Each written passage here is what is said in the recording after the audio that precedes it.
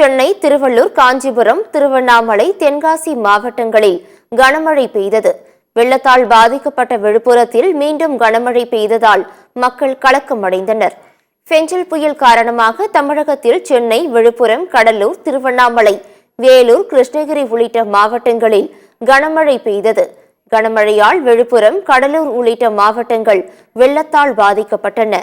சென்னை மற்றும் புறநகர் பகுதிகளில் நேற்றிரவு கனமழை பெய்தது. மெரினா, அண்ணா சாலை, தேனாம்பேட்டை, சைதாப்பேட்டை, அண்ணா நகர், கோயம்பேடு உள்ளிட்ட பகுதிகளில் மழை பெய்தது. தாம்பரம், பல்லாவரம், குரோம்பேட்டை, அனகாபுத்தூர், பம்பல், செம்பாக்கம், சேலையூர் உள்ளிட்ட பகுதிகளிலும் இரவில் மழை பெய்தது.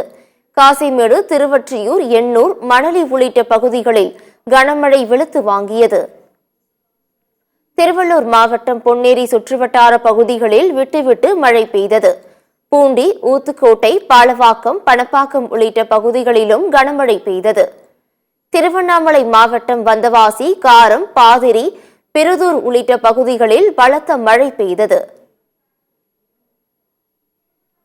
இந்நிலையில் வெள்ளத்தால் பாதிக்கப்பட்ட விழுப்புரம் மாவட்டத்தில் நேற்று மீண்டும் கனமழை பெய்தது.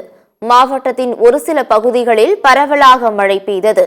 விழுப்புரத்தில் வெள்ளத்தால் பாதிக்கப்பட்ட பகுதிகளில் படிப்படியாக இயல்பு நிலை திரும்பி வரும் நிலையில் மாவட்டத்தில் மீண்டும் மழை பெய்ததால் மக்கள் கலக்கமடைந்துள்ளனர்.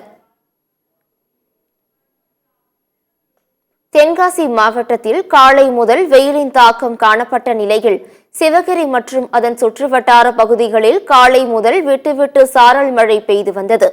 சிவகிரியில் பிற்பகலுக்கு பிறகு தொடங்கிய கனமழை இரவு வரை நீடித்தது. சிவகிரி சுற்றுவட்டார பகுதிகளில் 5 மணி நேரத்திற்கும் மேலாக பெய்த மழையால் பல பகுதிகளில் மின்சாரம் துண்டிக்கப்பட்டது. தொடர் மழை மற்றும் மின்சாரம் துண்டிப்பால் மக்கள் பெரிதும் பாதிக்கப்பட்டுள்ளனர்.